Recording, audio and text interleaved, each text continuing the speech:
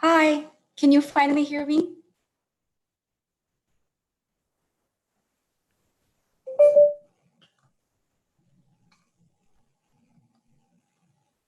Great. Hi, everyone. Welcome to episode 3 of VChain Bootcamp. So I'm so sorry for the delay, but tonight's topic is about blockchain in food provenance, a new ecosystem play in post-COVID world. The agenda is as follows.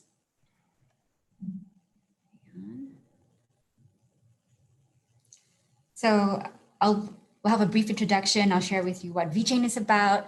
And then we'll have our guest speaker, David and Darius, share with us about Fresh Supply Co. We'll both share about our lessons learned in 2019 and our new strategies post-COVID-19. And of course, everything you want to know about the APAC Provenance Council. I'm Sarah Nava. I'm the VP of Southeast Asia and Australasia. For the benefit of those who do not know what VChain is about, VChain is an enterprise-grade public blockchain, and our mission is to help enterprise companies realize the benefits of public blockchain. They are data immutability, being able to verify and share data with third parties in a trusted and secure manner, and also ultimately being able to build ecosystems and unlock these new value transfers for every stakeholder. I joined VChain in November 2017. My role was primarily to onboard enterprise companies and grow the business within these 3 regions. But as you know, DNVGL Business Assurance and PwC Singapore, PwC China are strategic investors. And through them, they've definitely opened many doors. And so my role in 2020 has kind of like shifted towards supporting industry experts, right? So DNVGL is a typical industry expert. So we'll sit in the back seat and they will take care and maintain the client relationships while we provide them with technical support. And I'm also on the constant lookout for credible solution providers in ICT and IoT solution space. The idea is for them to better serve our clients, and conversely, they could also sell VChain 2Chain to their clients. Now, Fresh Supply Co. is a typical system integrator. And today I'm so happy that David and Darius is here to join us for this webinar. David, thank you so much. You're welcome. Could you share with our audience today, some background about yourself and also about your company? Okay, well, look, a little bit about myself. Look, I have a background originally in medicine. Unfortunately, I wasted a lot of time and money going and studying that. I probably should have been an engineer. I had previous exits in the manufacturing sectors, first in ag and then advanced manufacturing for eyewear in 2018. Ultimately, my company, Fresh Supply Co., we're a digital identity company with specific expertise in integration and middleware, and now trade-linked finance, and architecting solutions that are appropriate to the different sectors and verticals.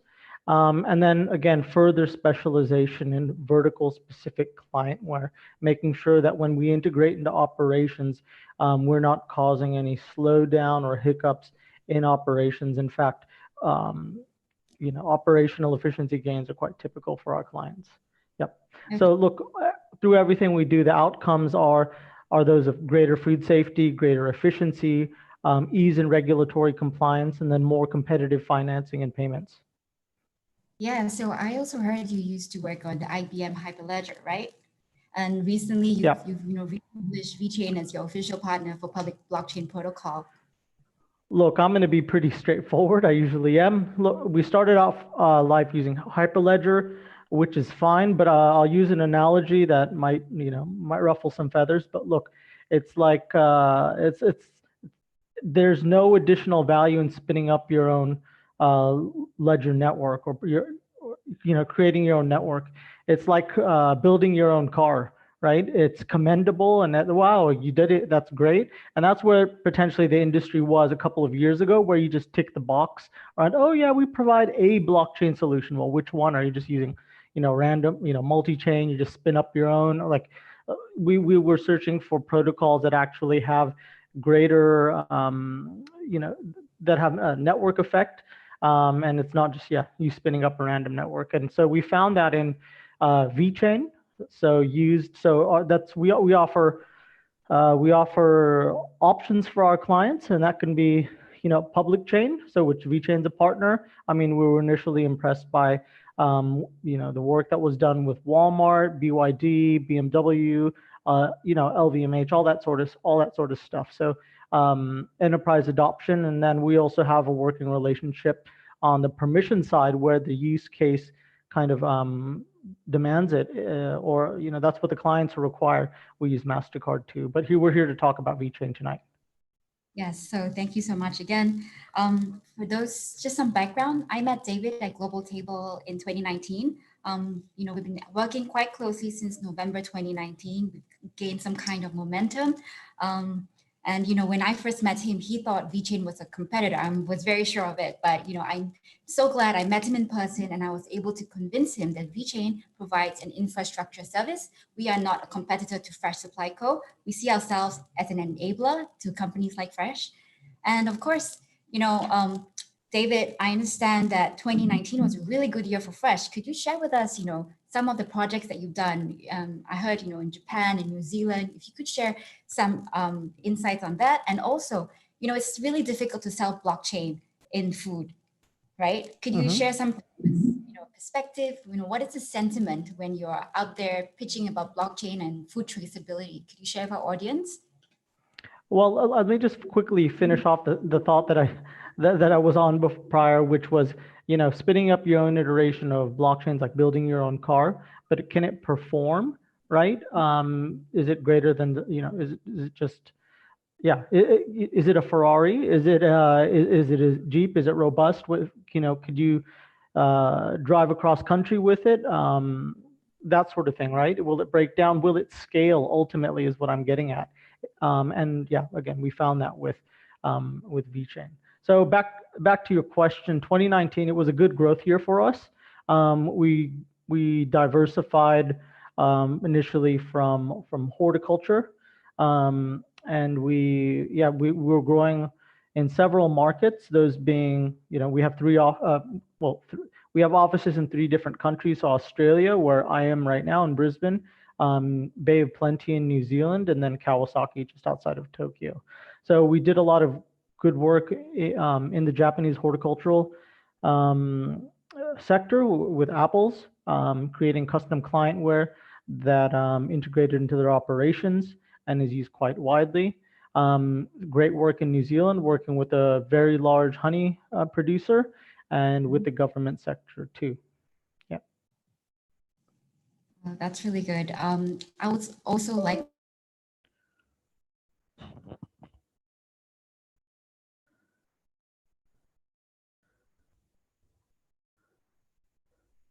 Uh,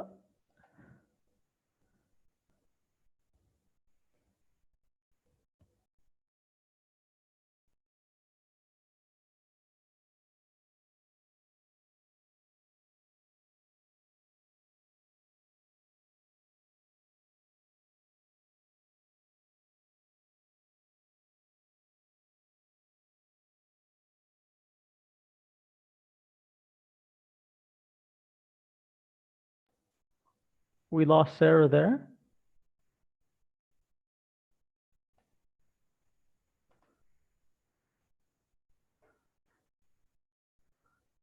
Okay, we'll just wait for Sarah to come back.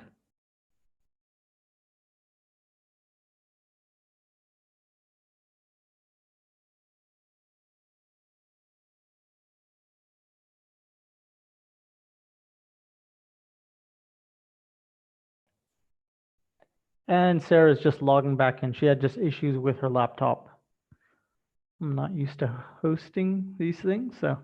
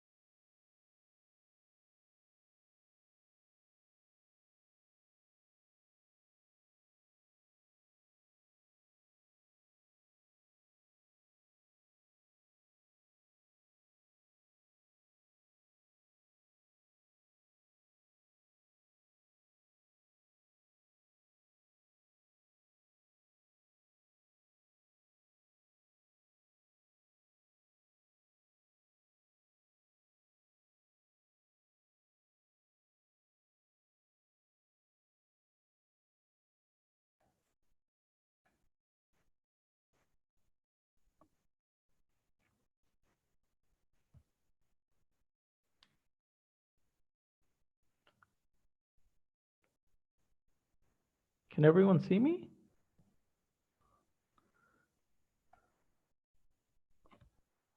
Okay.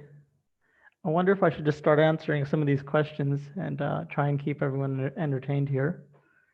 As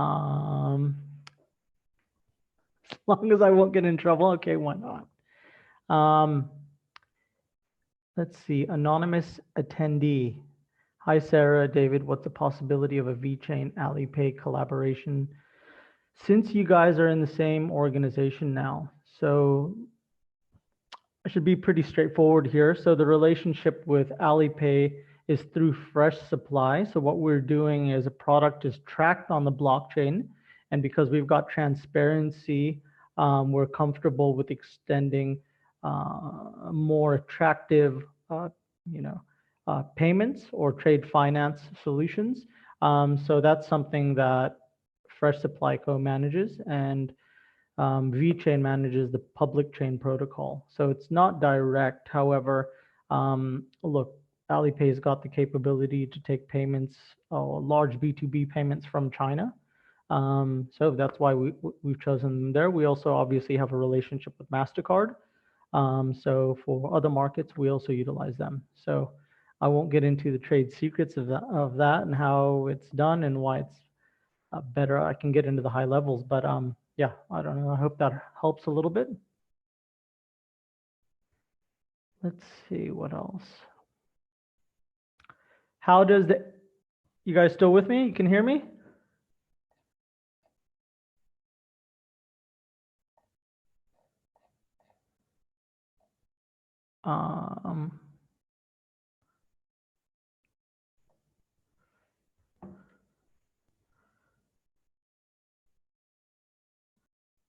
Okay, let's see here.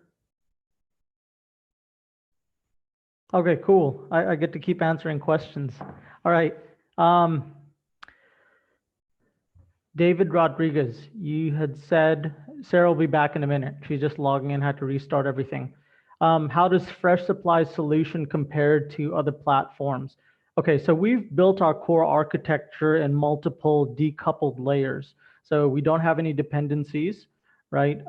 We didn't want to be married into any particular blockchain solution. We wanted to be able to choose the best solution at the time. On various, based on various metrics, whether that's speed, network effect, respectability of the protocol that's used. Look, I'm not a big believer in people spinning up random networks, particularly when they're permissioned. Mastercard's blockchain is permissioned and it's very fast, right? When I'm talking in public network, especially Ethereum-based networks, look, you guys know what the transaction speeds are, right? So, I mean, look, Ethereum mainnet, right? So 15, 20 transactions per second.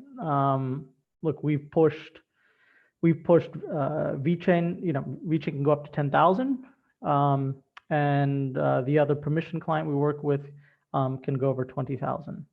So yeah, look, I think there's been a lot of, whether or not people like it or agree, I think there's been a lot of poor technology selection. I don't think Hyperledger to me is interesting. I don't think spinning up Hyperledger networks is the go. I don't, an Australian saying. On Ethereum too, I think there's a lot of underperformers and people just selected certain protocols and got married to them. And, I don't think that's conducive to the way or my type of clients actually need to be able to handle things. So, I mean, the way we've technically addressed things like even whether it's event stores or being able to not have, well, I'm not going to get too much into trade secrets, but not having dependencies and being able to be agile is really important. Have any vendors or brands left those to utilize Fresh Supply solutions specifically to transition? Funny you asked that. So yeah, yes, people have changed from their providers. Typically, we have very low churn, no churn, specifically, and we aim to deliver not like a startup, project managed not like a startup, but Yeah, so there, particularly in the other market we're in, one of the other markets we're in New Zealand, there have been other companies that were providers or earlier in the space that their clients have come over to us now. Hey, Sarah. Hey. Hang on. Sorry for all of that. Can you see me? I can see you. Oh, really? Okay, great. Okay, so, thanks so much for taking the floor while I was trying to connect back to Zoom. Yeah, I was like talking to myself. It was weird. I was reading questions and talking to myself. So, yeah, no, it's all good. Okay, so let's continue.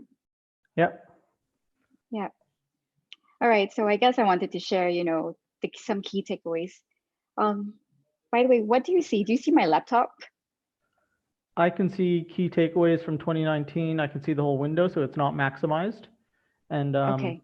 yeah. But that is Yvette. Yvette has to, yeah, okay, great. Okay. Perfect. Okay.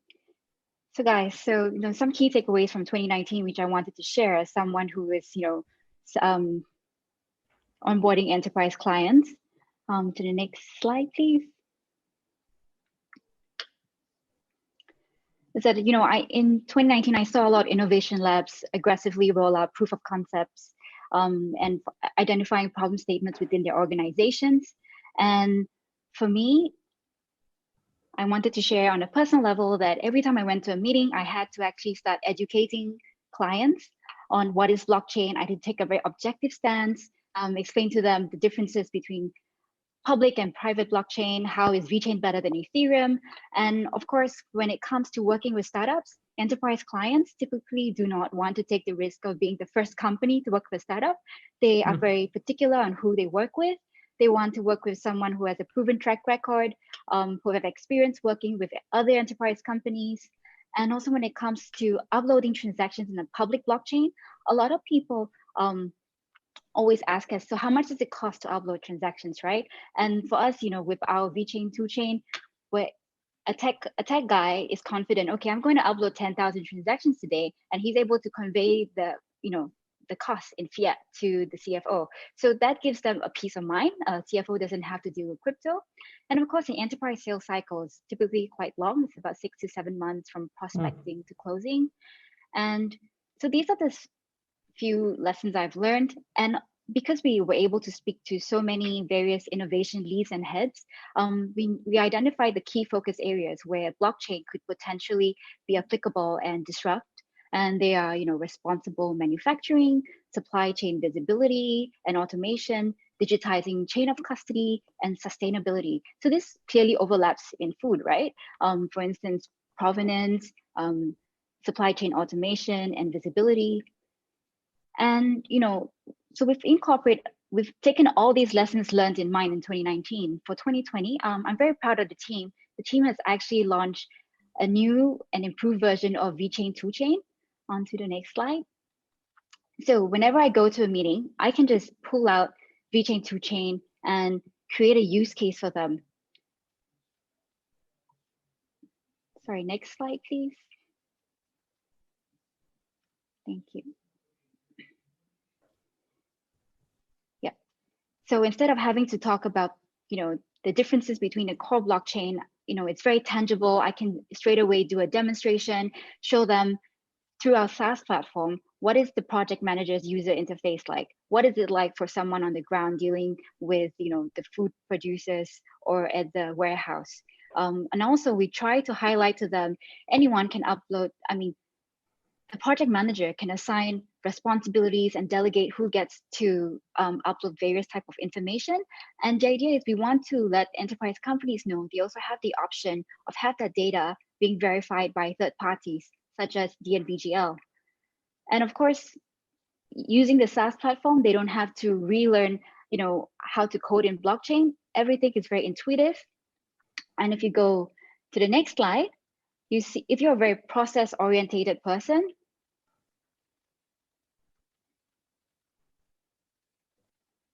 this is like a process universe, right? We're able to pull out the processes in a very logical and chronological order. We're able to identify what are the valuable data assets that are required at every step of the way. And this is the data that you would potentially share with other participants as well as the end consumer. And we also have a drag and drop feature where you can customize a landing page for the consumer. So you know exactly what a consumer can see. You're able to upload PDFs, capture parameters, at every step of the way in the supply chain. So having VChain toolchain is a really good tool. It helps us to instill confidence in our enterprise partners. So David, you have seen VChain toolchain and you've worked with us on the developer version as well on the standard version. Can you share with our audience what is the feedback that you have? Look, so we've got our own developers. We have an expertise in middleware. We've worked on the developer version, but we've got a ton of pipeline coming on, and we've got lots of different potential workflows that we've got to accommodate for quickly, right? So I mean, we may be working in Hort, we may be working in Meat, and there's a specific FMCG workflow that we need to account for that's a bit different, or they're different data points. And a key part of this is being able to identify the workflow, audit operations, identify the workflow, spec everything out, and then build to that spec, right? So it's cost effective for me to actually say, okay, well, this is a client I really want. While we're actually rebuilding our core to make it even more scalable to handle, more people internally, to handle more clients. And we're using toolchain to quickly spool up new workflows for different clients. Yeah. Oh, thank you. I'm sure the product team will be really happy to hear all of that. And so the other thing I'll also add, the other piece I would also add is that, what's this? Yeah, what is this? On Twitter. I said the other piece that I would add is I think, look, VChain is really well suited. I saw one of the questions is why did you select VChain? I think it's enterprise usage, the speed, and then a lot of the practical things like people want to pay in fiat. Like, I don't know if I'm not talking from a speculator's perspective. I'm talking about from someone who actually is going and selling something to a primary producer. These guys are really shrewd. They do really real things day in, day out, right? They're very process oriented. They grow things, process things, and get things out. And if you can accept fiat without them having to go and purchase tokens and do other stuff like that, they're just not going to do it. They've got enough. These are business people. They're producers. They're very practical. And then for them to have to buy tokens, or they've got Forex issue, they've already got to worry about Forex and things like that. If on top of that, they have to worry about tokens or other things like that, or you make it difficult for them, yeah, it's not a good mix. So are you still with me, sir? Yeah. Here. Okay, great. Can we go to the next slide, please? Yeah.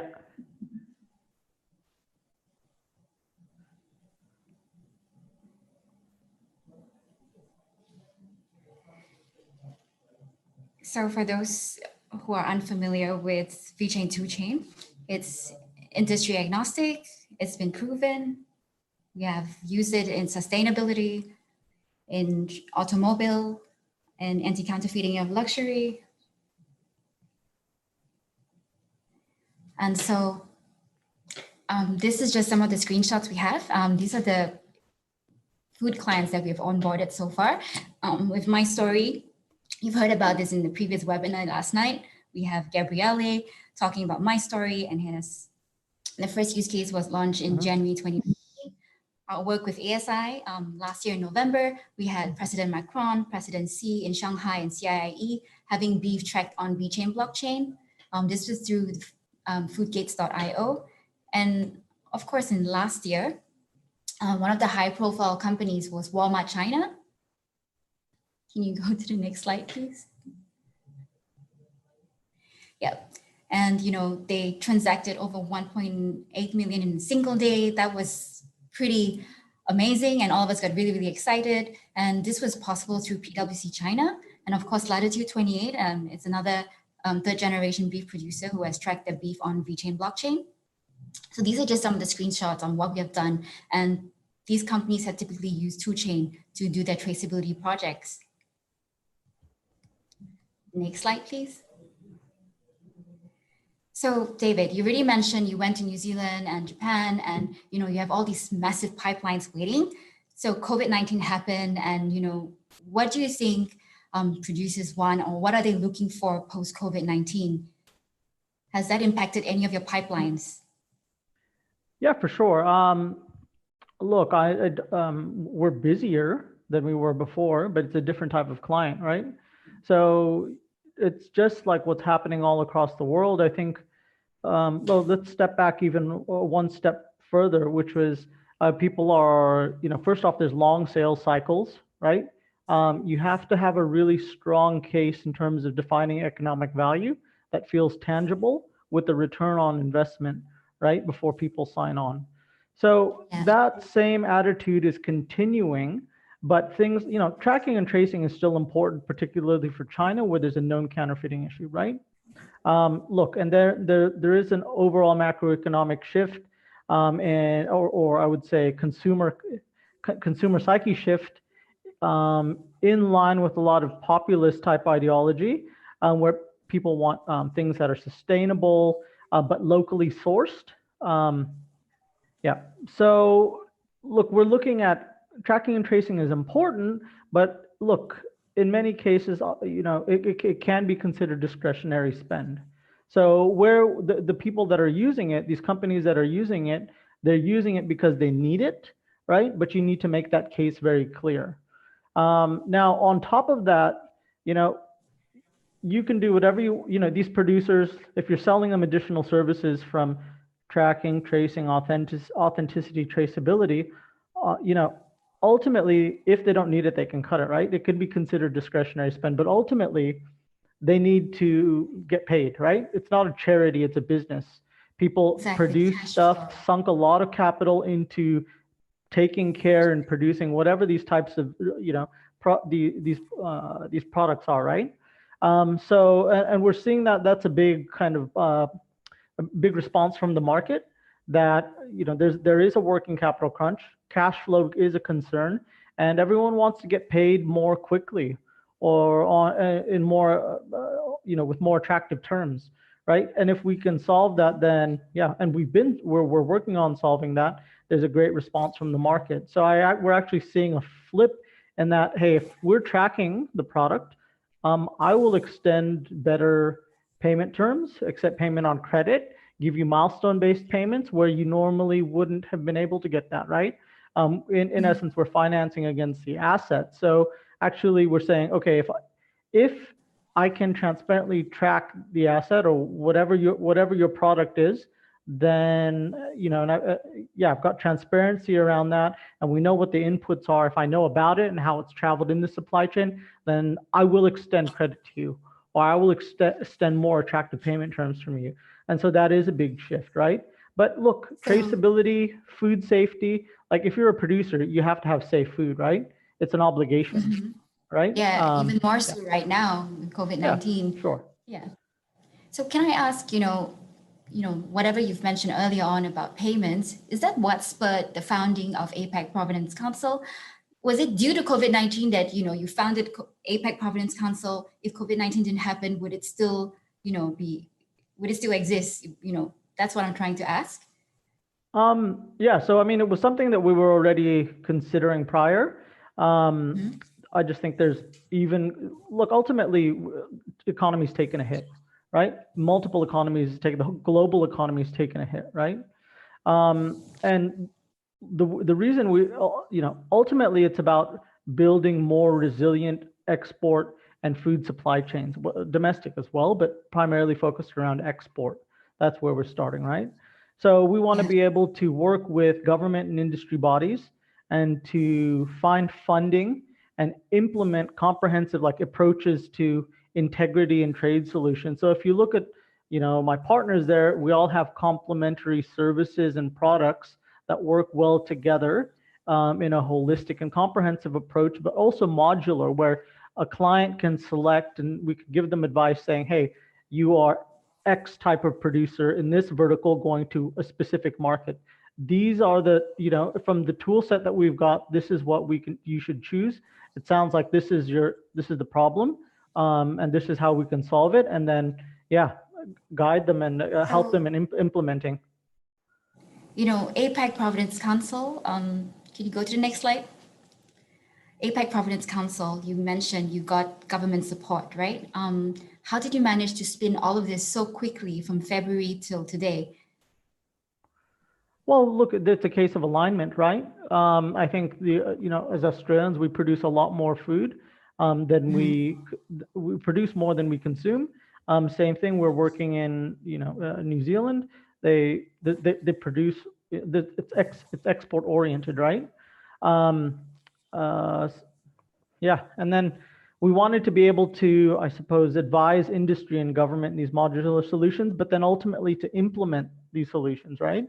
So, I mean, as it was a shock to the economy and people were, changing the way they did things, it just kind of, it acted as a catalyst saying, hey, we've got to build resilient supply chains, and everyone's in that mode. How can we, protect our exports, make sure that the essential parts of the economy keep going, and we make sure that our product offering, that the brand, both at an individual producer as well as a national brand, is really strong, right? So further to the APAC Provenance Council, look, the implementation is a big thing. Can we go back to the other slide? Yeah, implementation is a big thing. No one entity can do it all, not even IBM, right? So some big four solutions say they can, but they can't. Or their approach by the time they get it to market is outdated and it's no longer best in class, right? So a selection, we wanted a one-stop shop where we could have, whether it's scientific verification, provenance, or authentication, or traceability, track and trace, secure marking, consumer engagement, payments, trade finance, working capital. Yeah, it's hard work to go and select these vendors to actually get a successful and scalable project up and off the ground. On top of that, how do you know that they'll work well together? How do you know communications and project management is going to be up to par? I mean, stuff that real businesses every day, like if you want to deal with a conservative company that's doing high volume, I mean, they may have been trading for decades, right? And you're running a science experiment, right? So that's what we want to avoid that, right? So we went to different people. I mean, it's organically building up relationships and networks, right? Saying these are good operators, they can deliver, they have a value proposition, they've got great culture, and there's alignment. So I suppose a key word is alignment here. And then building resilient supply chain, sustainability, and what we do, all that sort of stuff, yeah? And you're also able to put in the word that all these vendors that are part of APAC Province Council are able to work together, right? Correct. So I also noticed MasterCard Provenance is being used for, within Australia, your trades within Australia and overseas. For Australia and China trades there's a prerequisite that the produce will have to be tracked on VeChain, and then you'll be able to get, faster payments, right? Well, specifically for China, I think, again, look at the track record. We need to empathize with the producers or whoever, the clients that are picking up this thing and actually purchasing the product, right? We look at VeChain's track record in China, strong presence in China. I mean, MasterCard's a great company, but even they have problems getting money out of China, right? The large B2B invoices, right? And that's where like an Alipay has got a great network to do that. And we couple that with a public blockchain that has got runs on the board, that it has credibility in China. Well, that makes sense, right? If I'm going to spend my hard-earned money as a producer in a particularly stressful time where I'm fighting for my survival and relevance, and I'm competing with other markets, we've got to make sure that that's airtight, right? So that's my rationale behind, Yeah, and right now there isn't even a website. Could you just share with us, some timeline? When can we see your website? And most importantly, when do you think you can onboard the first client on VeChain and the Alipay platform? So look, I've been primarily focused on stakeholder management. Again, a key thing is this is the primary production sector, so it's all about credibility, right? So right now we've been working on stakeholder management and making sure everyone's aligned, who we're going to impact, all that sort of stuff. And look, in a fortnight, you'll see the website up, right? Because we're already working on projects. Behind the scenes, we're already working on projects, right? That's just a landing page, if you will, just for people to get information, right? And then contact us, right? So, I mean, we've got this initial set of clients that we're working on. We have those use cases that we're trying to flesh out and make sure we can deliver, right? You will see transactions within 2 to 3 months, maybe sooner, right? But say 2 or 3 months. And then yeah, what was the other question? When can we see transactions? And yeah. And what is the profile of clients that we can expect to see? Yeah, look, typical company size will be on the smaller end. It'll be like 50 million 50 million revenue, all the way up to multi-billion. So they're big companies, but I think I also need to flag here and be very pragmatic around transaction volume, which is people who are holding and holding VET, right, versus people who are actually clients who are paying for the service. There is a balance. There's a delicate balance between creating more transactions, even unnecessarily, right? So what I mean is serialization or virtualization or semblance of serialization where there is none, right? So yeah, I completely understand. Like for food products, you probably want to track it on the batch level instead of right to the product level, on a product level, right? The point is it needs to be appropriate for the type of product, right? And we need to make sure that we can convey value to whoever is choosing to work with us. It's a long game. It's not just a boom and bust thing. So I need to make sure that I've done the right thing for my clients, and it can actually hold up to scrutiny, right? Did I actually do the right thing? Best practice. Credibility is really important here. So this is really exciting for us because VChain, we've always, focused on supply chains and traceability, and the fact that you've been able to add this access to faster payments has made it so much more attractive. And, I'm sure a lot of banks or, payment providers out there are rushing to contact you, trying to ask you, how can they work with you? So how open are you to working with more payment providers? Oh, look, we're open. We just need to make sure, again, alignment, attitude, culture is there, right? Typical, banks have been slow, and look, we're open, and we're open to working in different markets, and whether it's Europe or the USA, it's the APAC Provenance Council, so that's products going in and out, right? We're starting in Australia and New Zealand and expanding out of that, and we're Asia, we're a part of Asia, really Australia and New Zealand, all right. So yeah, I mean that's where we're starting, but yeah, we're totally open to working with working with banks. I mean, we can open up the discussion, but I wouldn't say the council or this consortia is totally open, right? We are open to exploring partnering with different entities that are well placed to deliver the best solutions for respective markets and verticals. But again, I'll go back to credibility. I have to know that you can get along with everyone, that you have a good track record, and then you can actually play nice and deliver, right? That's an important thing. Yeah. Yeah, so, can we go to the next slide? So like we already highlighted, right, in post-COVID, we feel like we need to empathize with all these food producers.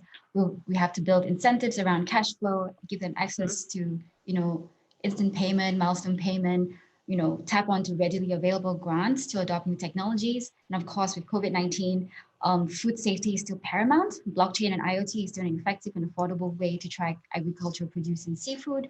And, with all these partial lockdowns and social distancing still happen, we also feel that data secured by blockchain could complement remote auditing and remote implementations. Sure. And this is some of the strategies that we have kept in mind, and we'll bring this forward with us once the lockdown is over.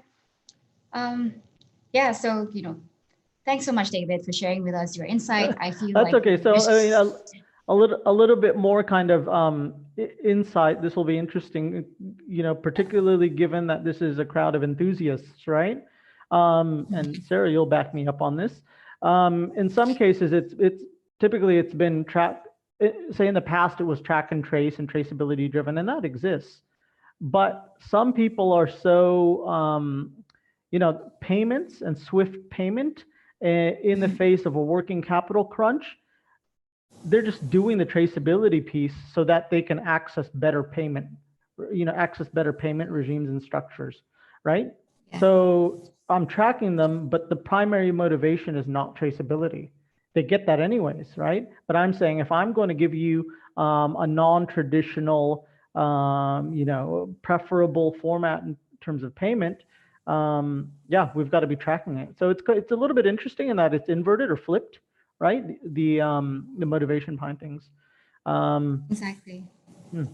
Also, like, with your work with APAC Provenance Council and the fact that you have a government body backing you, with all these food traceability, you did mention that clients would be more incentivized to track their produce in order to get faster payment.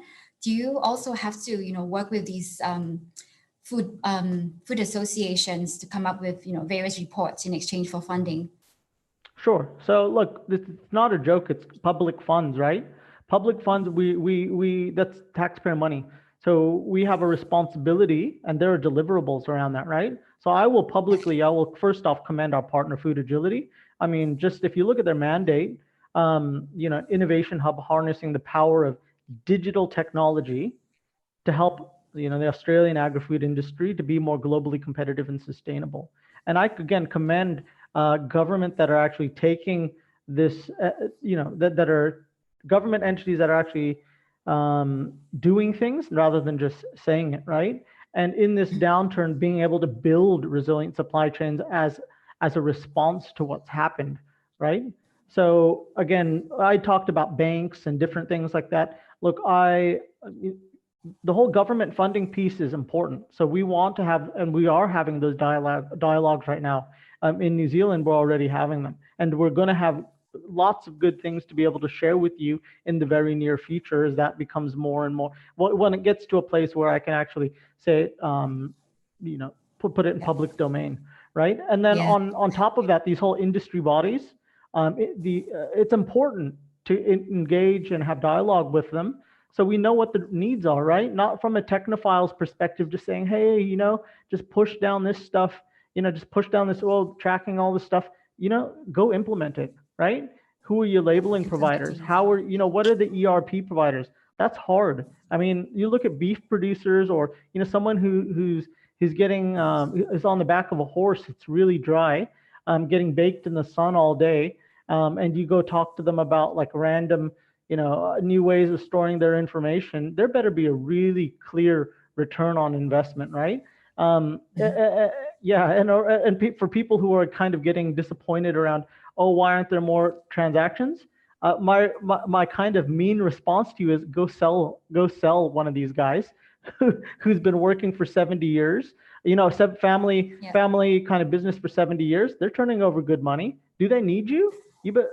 Maybe they don't need you, right? And if they do need you, you better make sure, and they're spending money, you had better make sure that you can display what the return on investment is, So it's a very real game. And that I talked about things like credibility, value, all this sort of stuff. I mean, we deal with and then this is me kind of assuring the enthusiasts here, there are a lot of people doing a lot of real things day in, day out, like hard work, making sure that we are engaging with the right stakeholders, that we are identifying where there are opportunities, understanding what the deliverables and what the objectives should be, all that sort of stuff.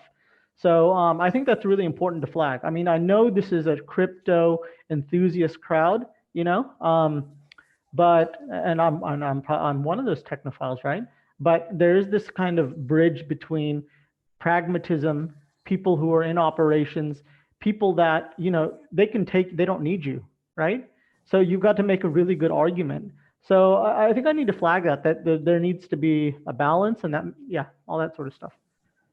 Yeah, I completely agree with you. It's really difficult to sell a tech solution to someone who is, he's not even educated. I mean, he doesn't even understand blockchain or even much less cryptocurrency, right? So let's spin it in a way that it's very tangible and acceptable. Maybe they don't need to know, but maybe they don't need to know about distributed ledgers, all that sort of stuff. But if they're getting paid faster, or I'm protecting their business, from recall, or making sure that they can fight for their place in an export market, sure, that resonates. But for all the people that think it's that easy, go try it. Right. Okay. So thank you so much. Thanks everyone for tuning in. Apologies for my, you want to do breaking up and questions? disconnecting. Yeah. So let's move on to FAQs. Yeah. I'm checking the questions, and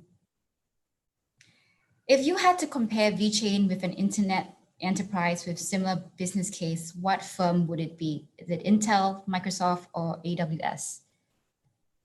I'm not sure if I understood What? that. Wait. What is that? I guess if you had to compare VeChain with an internet enterprise with similar business case, what firm would it be? Intel, Microsoft, or AWS? I would probably use a car analogy because I like cars. I don't know. Maybe it's Volkswagen Audi Group. Maybe it's an Audi. Maybe it's some. I don't know. It's a bit of a weird question, but Intel is like, no. AWS, no. Look, it's its own thing, man. It's its own thing. Maybe a little bit like an AWS, Microsoft. Yeah, maybe a base layer, maybe a base layer make it with tools. Yeah, maybe you're right. Base layer with different tools that make it easy to use, like whether it's your S3s, your Lambdas, all those sorts of different tools to do things, and for people to develop on top of it. So sure, yeah. You've got a compliment. Paul Williams says, solid discussion. Appreciate the way David looked at things from a producer's perspective. Okay, thanks, Paul. And also one question, David, where do you think as a client, VeChain has to improve in the future to be even more competitive? Where does VeChain have to improve? So I guess, what can we offer to be more competitive to you? Like, give you more support, provide a better software. Look, that develops organically. I think that's really a matter of listening to the market and listening to your partners, right? And you already do that. So I don't know if that's like what do you think as a client VeChain has to improve? We all have to be improving, right? We need to be agile and listening to the market. I think ultimately it's about defining what our clients need, right? And I think you guys are pretty good at that. I have a good relationship with Sarah. I have a good relationship with all the VeChain team. So yeah. I think you're also very aligned with us that we feel that certification is going to be a huge growth area, especially in blockchain. Yeah. You want to talk about DNVGL too? I mean, I think that they're also a partner in APAC Provenance Council. In APAC Provenance, and they've been quite visionary and saying, hey, they're typically they're quite strong in Europe and not so much in the Pacific Rim, right, or Oceania. And they've been very supportive and will continue to be supportive and grow in the region. So yeah, certification, the quality of the information that's being put on the blockchain, that's important, not just trash that you put, So yeah, so that's important. Carbon credits, probably carbon sustainability, but then really being able to define that with serious metrics, saying whether that's water usage, carbon, different practices. You can't value what you can't measure, right? So being able to validate it and being able to define it, say this is what baseline is and this is good or not good or bad, that's too simple, right? That's important. I think involving DNVGL in the future, sustainability use cases would be one of our, targets, our goals, right? Connecting them to the various associations, through the APAC Provenance Council. Someone asks, can you elaborate more on the integration between IoT and blockchain? Okay, maybe I can just answer that very briefly. With my story in DNVGL, we've actually deployed IoT sensors into the vineyards where we were able to track environmental conditions of, how the grapes and produce was being, how often was it being watered, what was the temperature like. So I guess IoT in a producer's point of view is for them to make better decisions And as we see more farms, going digital, they're investing more in IoT, like RFID for tracking the, individual cows. We want to be able to say that, if you're trusting what the IoT sensor is telling you, and then what the relationship between IoT and blockchain is that we already live in the internet of IoT. We're relying on all these data collected by IoT. And if you put this IoT data onto the blockchain, it will then, maintain the integrity of that data. And then you can ultimately share this data with other parties, right? And in this case, maybe you would want to share with a party like the NVGL. They're able to certify based on their standards and the processes that, yes, data collected from this, particular IoT sensor, which has a unique ID, based on the position, it's giving out the right kind of data that I'm looking for. So that's the kind of relationship we have between IoT and data. IoT sensors collect data, blockchain will then protect the integrity of the data. And then, with that kind of data, you're able to then share with third parties, you're able to get, more efficient audits done, and you're also able to make intelligent, informed decisions. Yeah. You want me to comment on the IoT piece? Look, I see like cold chain. What's that? Like on cold chain logistics. Yeah. So for cold chain, it can be quite important. I think, again, I'm not going to name IoT partners yet. They're there. Mm-hmm. We think that there's a specific role for them. I think where processes are not standardized, right, and it's a pain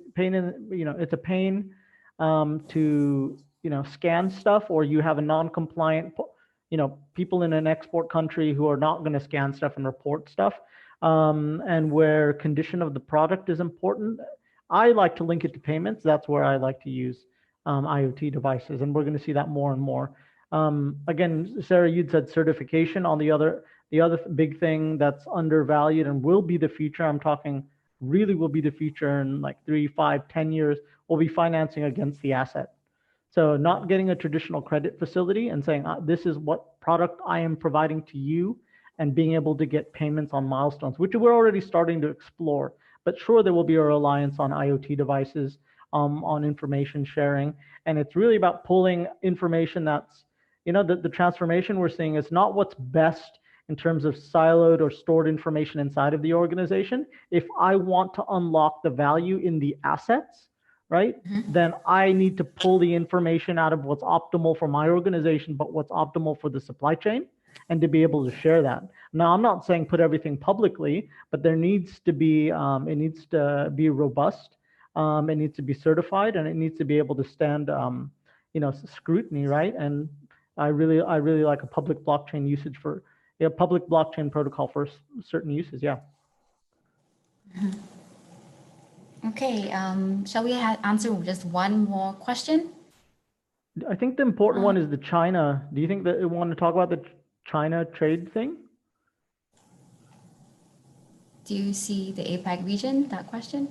Oh, no. So there was, actually there's two parts I'm happy to do quickly.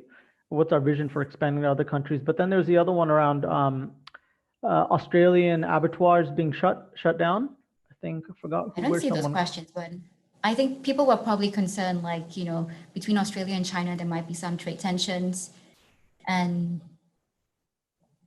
how do you think this will impact? Do you see new tariffs and closing of beef plants, requesting more documentation? Do you think fresh will play a vital role in the future? Look, I'm happy to just comment on that. I think there's political posturing, but it's only 4 of 83 or so facilities. So look, overall, if it can just push forward the state of the industry and the way we do things around rigorous, not rigorous, structured ways in which we store information that's critical to trade. And then again, keyword value. If we can unlock value from that, meaning faster trade, more convenient trade, quicker time in transit, all that sort of stuff, finance, then that's a win for everyone, right?